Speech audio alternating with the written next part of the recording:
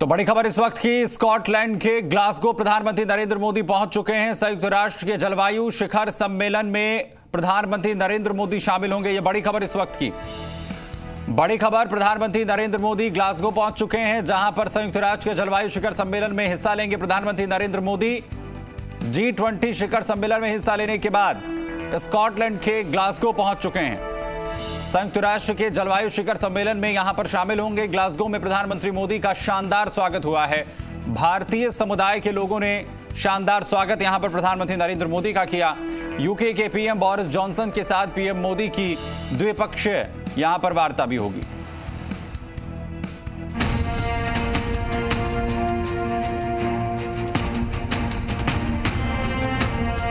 G20 की बैठक में दिखा भारत का दम।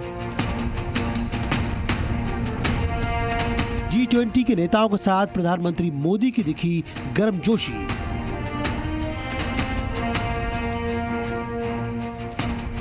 रोम के बाद अब प्रधानमंत्री मोदी ग्लासगो में जलवायु परिवर्तन सम्मेलन में हिस्सा लेंगे।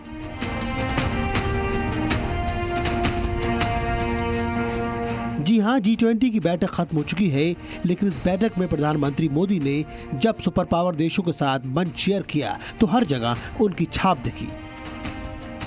चाहे वो दुनिया को वन अर्थ वन हेल्थ का मंत्र देना हो या अमेरिकी राष्ट्रपति जो बाइडेन के साथ व्यक्तिगत मुलाकात, शायद इसीलिए G20 की ये बैठक बेहद यादगार और शानदार रही। जो G20 शिखर सम्मेलन हुआ है उसमें जो बड़े मसले थे वो थे क्लाइमेट चेंज और कोविड क्राइसिस। जैसे प्रधानमंत्री ने कहा कि भारत वैक्सीन्स इंटरनेशनल कम्युनिटी के लिए बना सकता है, और कहीं ना कहीं फोकस था कि कैसे एक तरफ से कंसेंसस की ज़रूरत रहेगी। ये सम्मेलन तब आ रहा है जब हम देख रहे हैं अब ग्लासगो में फोकस हो गया है, जब ग्लासगो में जो क्लाइमेट समिट है वो शुरू होने वाला है। प्रधानमंत्री मोदी G20 की बैठक खत्म होने के बाद अब स्कॉटलैंड के ग्लासगो में जलवायु परिवर्तन सम्मेलन में हिस्सा लेंगे। पूरी दुनिया की नजर अब इस सम्मेलन पर है, क्योंकि इस सम्मेलन में दुनिया भर के दिग्गज नेता पर्यावरण संरक्षण की मुहिम को धार देने की कोशिश करेंगे।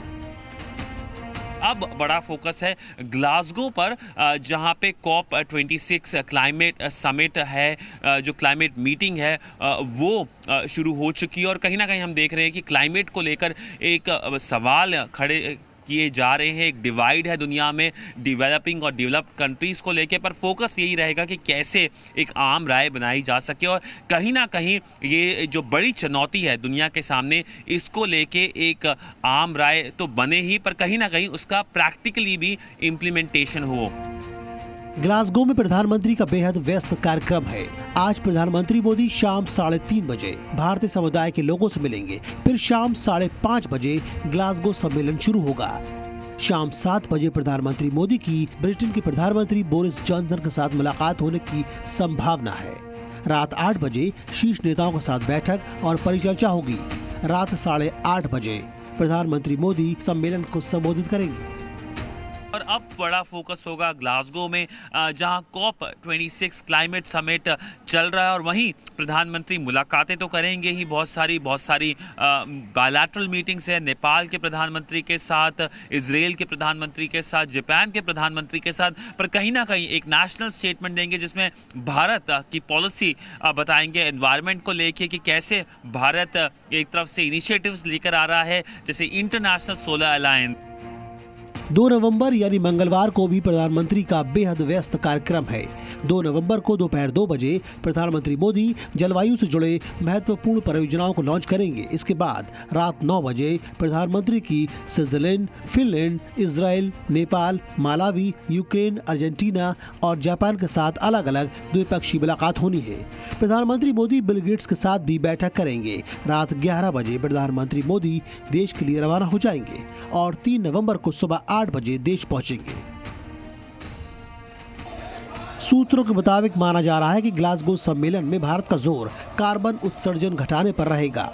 भारत की तरफ से ये कहा जा सकता है कि विकसित देशों को नेट जीरो के बजाय नेट नेगेटिव से शुरुआत करने की आवश्यकता है। हालांकि भारत ने अभी तक नेट जीरो से जुड़े मुद्दों पर कोई फैसला नहीं किया है। भारत के लिए ग्लासगो सम्मेलन इसलिए अहम है कि जलवायु में हो रहे परिवर्तन की वजह से बीते कुछ सालों में भारत ने कई प्राकृतिक आपदाओं जैसे सूखा, बेमौसम बरसात, बाढ़ और तूफान को झेला है और इससे खरबों का नुकसान हुआ है और कई जानें भी गई हैं। रोम और ग्लासगो से सिद्धांत सिब्बल के साथ ब्यूरो रिपोर्ट, जी मीडिया।